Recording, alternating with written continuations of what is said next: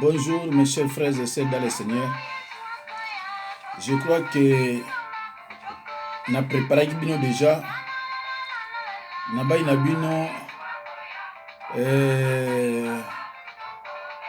bombe ya ba mateya ezakoya. Donc ba chrétien oyo balinga mateya na confinement ou bien ba couvre-feu tozana yango boko sepela mingi.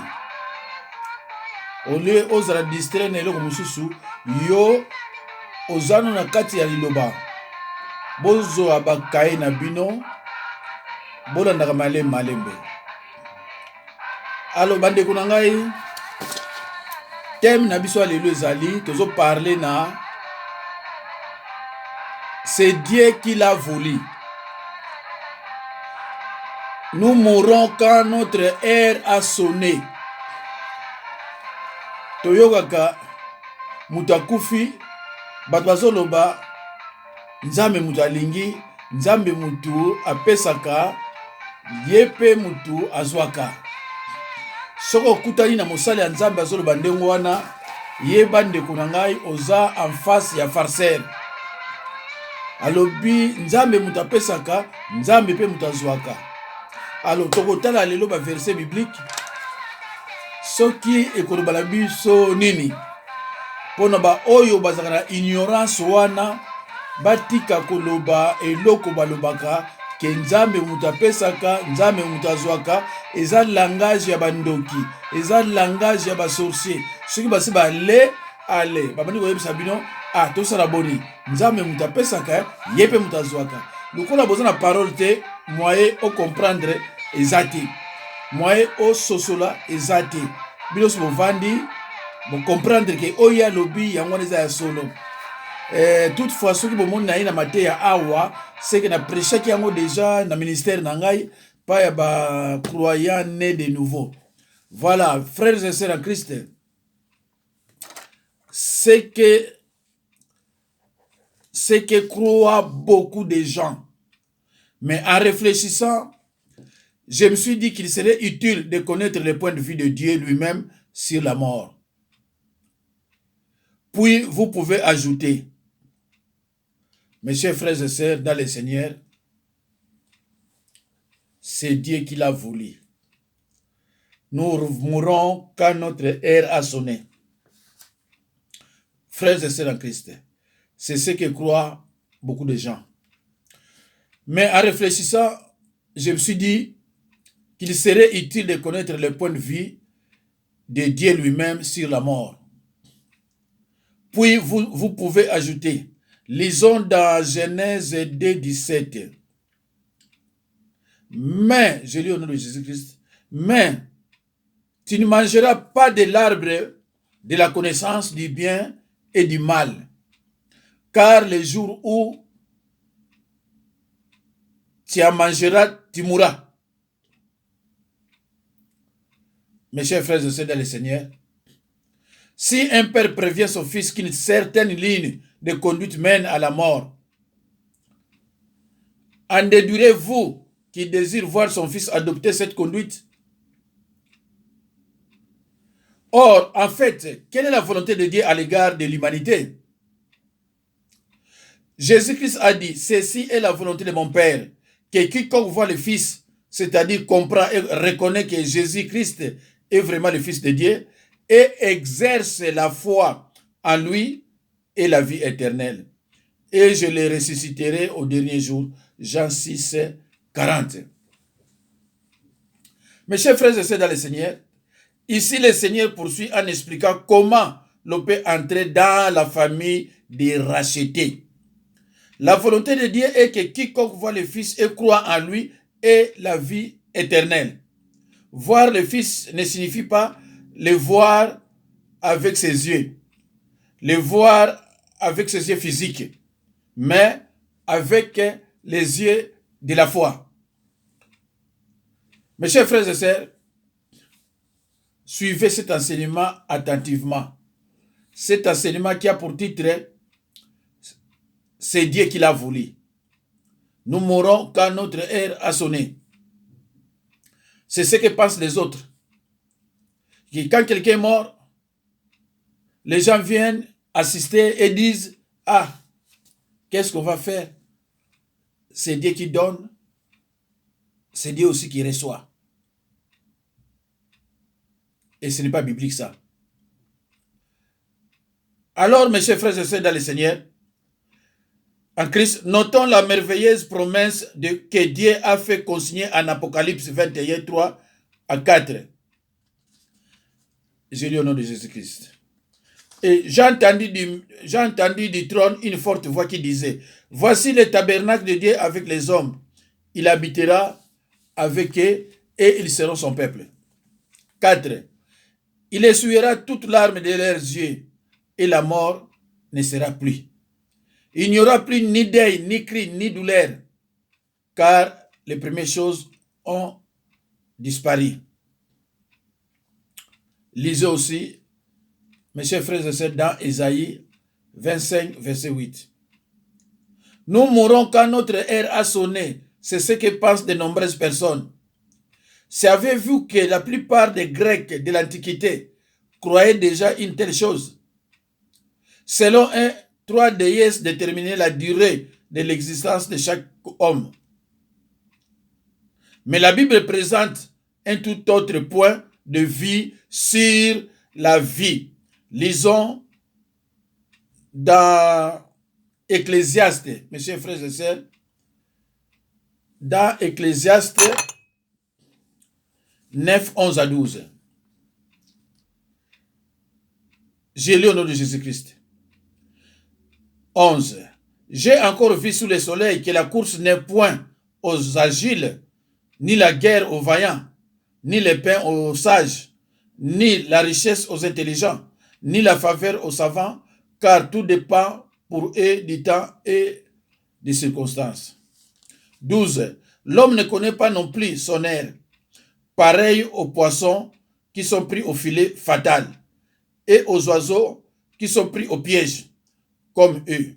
Les fils de l'homme sont enlancés au temps du malheur, lorsqu'ils tombent sur eux tout à coup. Imaginez qu'un morceau de béton se détache d'un immeuble et tombe sur un passant. Est-ce que c'est Dieu qui l'a voulu? Mes chers frères et sœurs, toluka kutanga na Ecclésiaste na lingala, Ecclésiaste 9, 11 à 12. Voilà.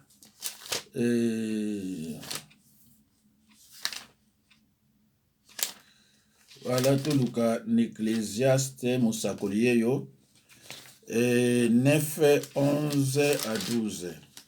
Voilà, c'est ça. 9 Ecclésiaste 9, 11 à 12. Tout en appelle lingala pour baninga mususu. Namonaki likambo mususu awa na mokili. Tango mususu batu oyo bayebi kokima mbangu bazali kolonga te na lisano ya mbangu. Bato ya makasi bazali kolonga te na etumba. Bato bayebi makambo bazali kozanga bilei. Bato ya makanisi malamu bazali kozanga bomengo. Pe bato ya mayele koleka bazali kozwa lokumu te. Pamba te kozala makila mabe eponi moto te. Moto ayebi te tango nini pasi ekoyela ye. Ndenge bambisi ekangamaka na moniama, pe ndenge bandeke ekangamaka na motambo. Se ndenge wana pe bapasi ekwelaka moto na tango ayebi te. Mes chers frères et sœurs, dans le Seigneur, tomonaki passage moko elobaki yango awa. l'homme ne connaît pas non plus son air. Ndeko, tango ya liwa okoki koyeba te. Ce n'est pas que lokola yo koyeba te, olobake nzambe mutu apesaka, nzambe mutu azwaka. Mais landaka conduite oyo balobi na Biblia apozo la sauver. Soki ndoki aleyo ezali foti ya nzambe. Soki ndoki aleyo nzambe mutu alobi ndoki alia yo, ndoki azana ka satan, ndoki azana ka nzambe te. Mais soki ndoki aleyo, donc yo maloba na nzambe obandaki kozwa ngo na ndenge oyo ekoki te. Est-ce que c'est voulu par Dieu? Si oui, est-il juste d'accuser les propriétaires? Voilà, j'ai donné cet exemple. Lorsqu'il tombe sur eux tout à coup, imaginez qu'un morceau de béton se détache d'un immeuble et tombe sur un passant. Ndeko na ngai, yo zoleka na yo, oyebaki te. Béton outi likolo mamona mutu na yo pa okufi. C'est Dieu qui l'a voulu. Namonaki mutu mususu azotambola na ye, mais voiture pine elongwe. Ezo ya mbango ebeti na mutu pa akoyi akufi. Est-ce que c'est Dieu qui l'a voulu? Alors, mes chers frères et sœurs, est-il juste d'accuser les propriétaires de l'immeuble de négligence? D'après la Bible, un tel accident fait partie des événements imprévus. D'après la Bible, cet accident fait partie des événements imprévus.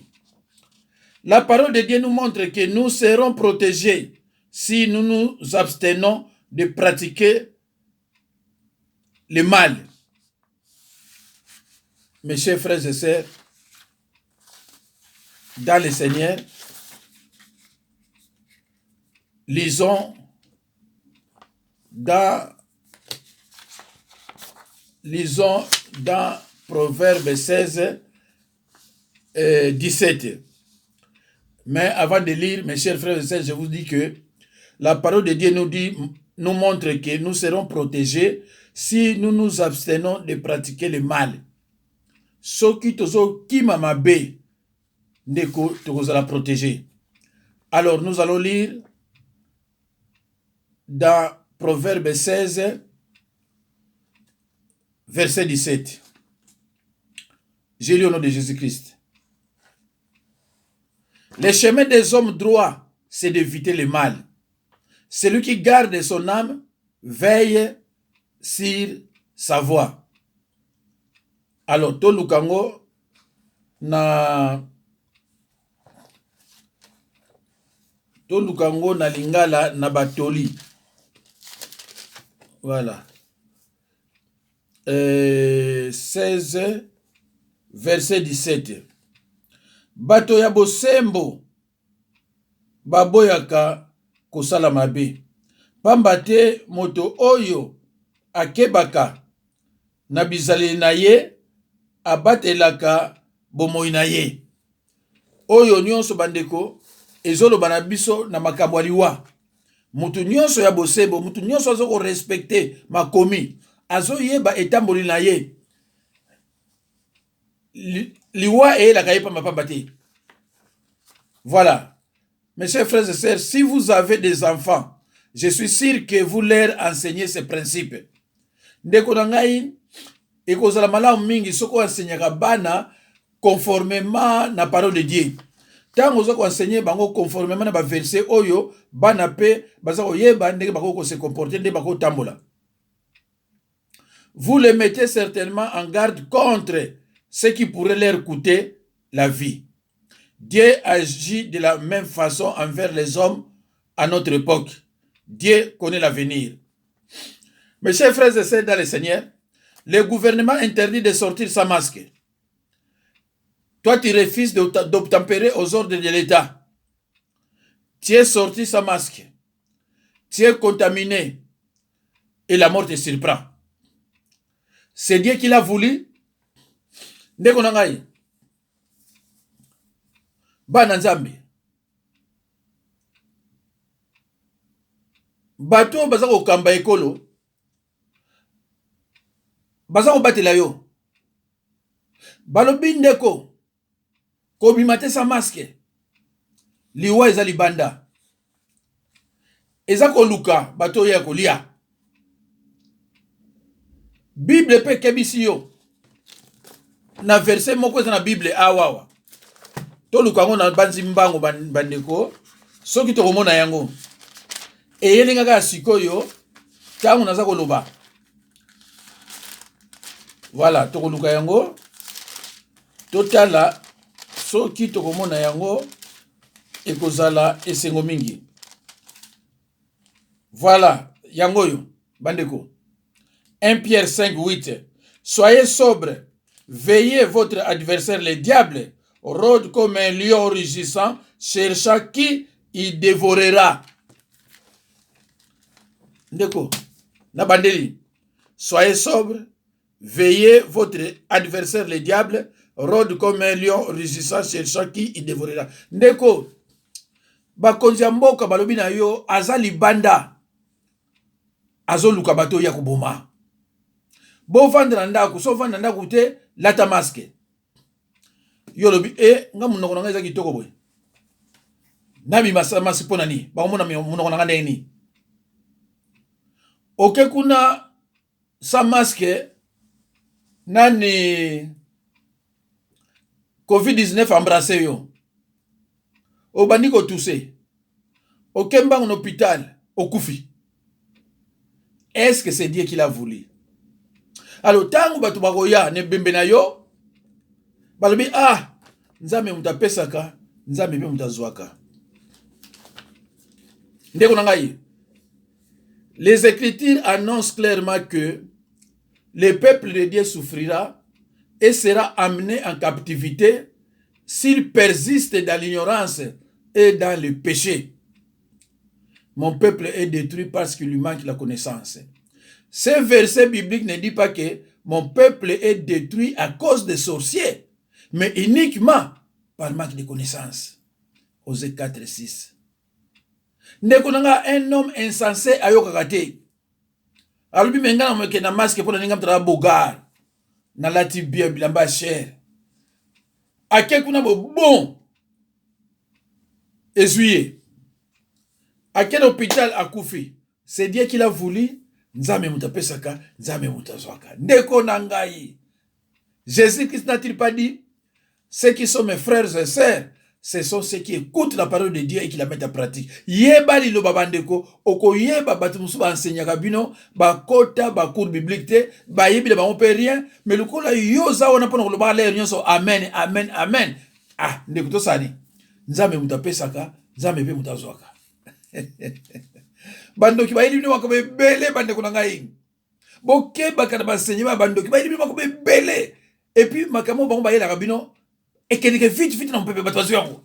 Kenda mbembe nzambe mutapesaka, nzambe be mutazwaka.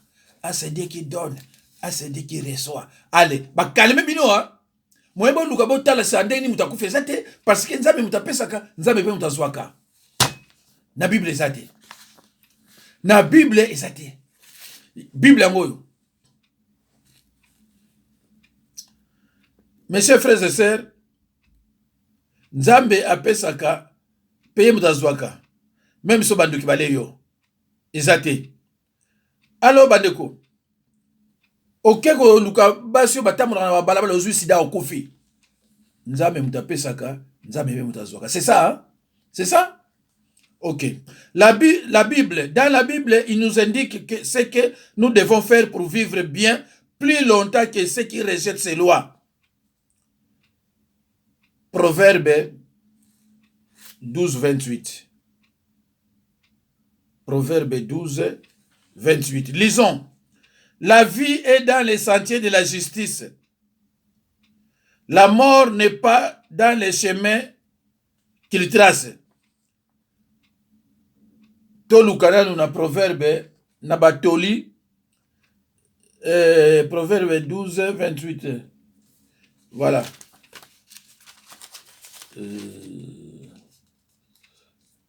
12:28.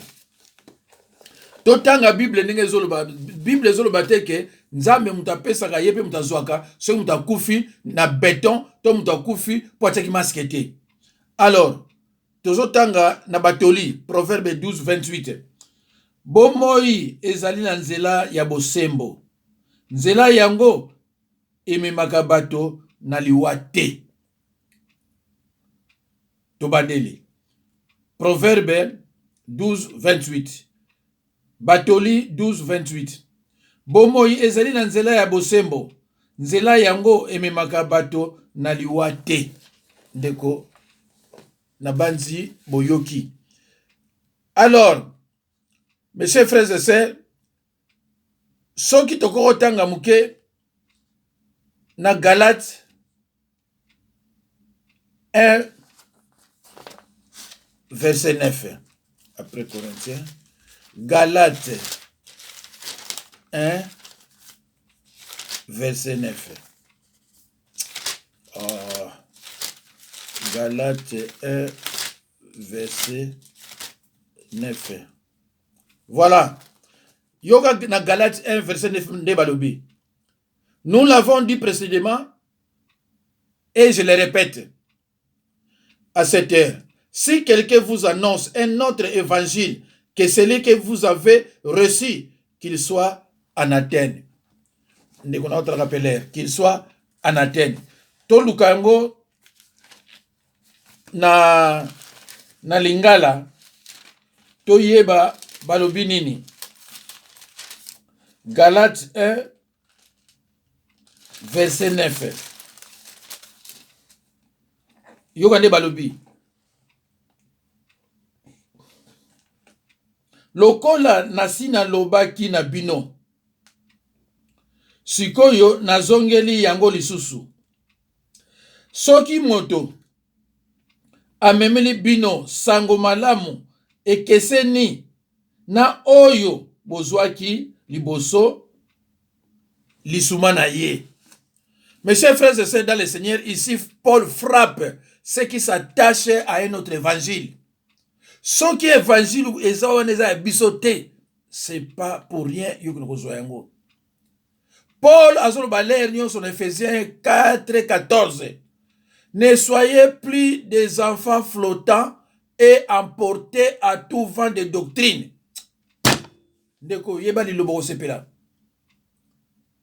Alors, batu oyo ndenge bozo landaka batu na internet. Eza na batu ebele Paul azo condamné bango parce que évangile o bango bayeli bino eza ya bisote. Kofinga ka batu, kolobaka ba mama kofinga ba mama batu, kotonga ka batu, kokotona ba vie privée batu, ezali na kati évangile na bisote. Alors c'est un fornicateur de l'évangile.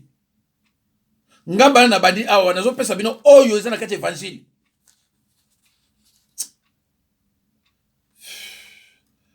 Alors ndekunanga fongola misu. Fongola misu bakosa yote ke muto akufi parce que nzambe mutapesaka nzambe mutazwaka. Ce n'est pas biblique. C'est pour cela ndeko bayebaka mosali na nzambe na liloba na nzambe. Mutu te mutakoyebisa yoke oza mosali na nzambe toza mosali na nzambe te. Mutakoyebisa yoke oza mosali na nzambe makomi. Voilà, makomi mutakoyebisa yo. Makama nzambe za ba théâtre te za ba imu koya kosala ba kozala humoriste te koya kosala ba théâtre te makama nzambe za makama nzambe. C'est pour ça que nous kozala jamais nani fanatique ya mutu ozo pesa liloba ayebi na ngote yokuna kaka amen aza ya nzambe po yoza ndoki ozo na pe ma enseignement ya ndoki ali yozo kumisa ye tu entraînes les gens na makama dans la boue. Alors, y a-t-il pour chacun de nous un temps fixé pour mourir? Destiné à Moutou. Y a-t-il pour chacun de nous un temps fixé pour mourir?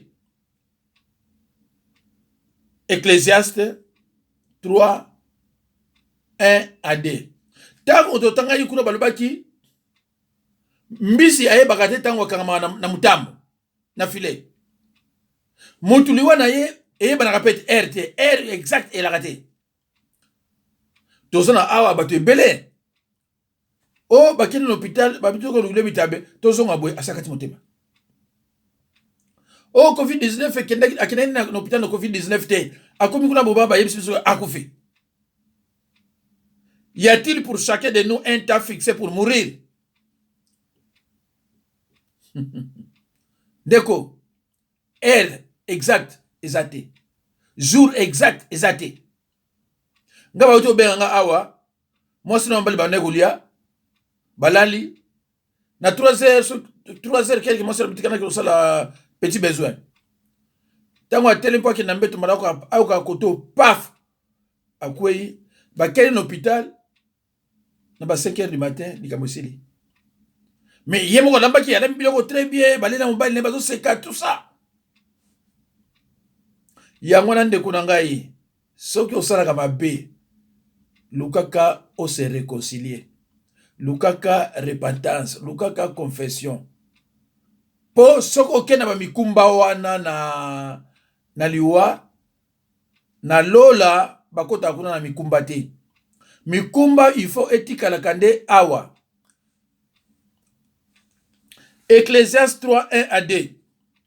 Il y a un temps pour tout, un temps pour toutes choses sous les cieux, un temps pour naître, un temps pour mourir aussi. Mais Ecclésiaste 7, 17 montre qu'il ne s'agit pas d'un moment prédéterminé, puisqu'il dit, ne sois pas méchant à l'excès et ne deviens pas insensé. Pourquoi mourrais-tu avant ton temps? Celui qui craint Dieu échappe à toutes ces choses. Ndeko, baliwa oyo eza penza prévu na vie na yote, oyo eza na tango na yote. Bible ezoloba na yo obana ko échapper, obana ko échapper. Bible ezotalisa biso ke Nzambe atika mutu na mukili à vivre 70 ans voire 90 ans. Baliwa nyonso oyo yaka na se wana ezalaka ya oyo eza na tango na yote. Alors, Proverbe 10, 27 déclare, la crainte de l'Éternel augmente les jours, mais les années des méchants seront abrégées. Est-ce que tu as mbango na lingala batoli? Oh là là, banzembo après batoli. Soki tokotanga yango mbango na lingala parce que eza malamu. 10 yango 10 27 10 27 na banzi kozala yango. Voilà. Na français balobi boy. Proverbe 10 27. La crainte de l'Éternel augmente les jours, mais les années des méchants seront abrégées. Na lingala ba oyo batosaka Yahweh baumelaka mingi, kasi bato ya masumu bakufaka noki. Alors mes chers frères et sœurs, na psaume 55 23 balobi boy, remets ton sort à l'Éternel et il ne laissera jamais chanceler les justes. Oyo na psaume 55 23. Na yebite soto tanga yango na banzembo psaume 55 23 yango. Alors psaume 55 23. Pesa mikumba na yo na Yahweh, ye akosalisa yo, akotika moto ya bosembo akweya libela te. Voilà. Mes chers frères et sœurs, dès lors, que signifie le texte d'Ecclésiaste 3, 1 à 2? Il traite simplement du cycle sans fin de la vie et de la mort dans ce système de choses imparfait. Il y a un temps où l'on est né et un temps où l'on meurt. Souvent entre 70 ou 90 ans. Parfois plus tôt, parfois plus tard. Psaume 90 10. Mes chers frères et sœurs, chaque fois ozoko bakisa année mususu asika ozo kende vers liwa. Voilà, 90 et 10. Oh là, somme 90 10. Somme 90 10. Les jours de nos années s'élèvent à 70 ans. Et pour les plus robustes, à 80 ans. Et l'orgueil qu'ils en tirent n'est que peine et misère, car il passe vite et nous nous envolons. Alors, bandeko, ngai toute façon na za kolobeloko, ezalaka toujours na verset biblique. Na baki na yo bino ke mutu avandaka na mokili 70 à 90 ans. Na banzi totangi yango na psaume 90 verset 10. Alors, mes chers frères et sœurs, bokoki lisusu kotanga na Ecclésiaste 9, 11 à 12. Doit-on voir la volonté de Dieu dans tout ce qui arrive?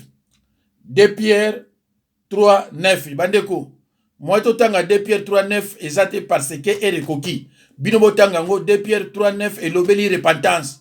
Repentance, nous sauver. Personne ne peut entrer dans le royaume de Dieu sans passer par la repentance.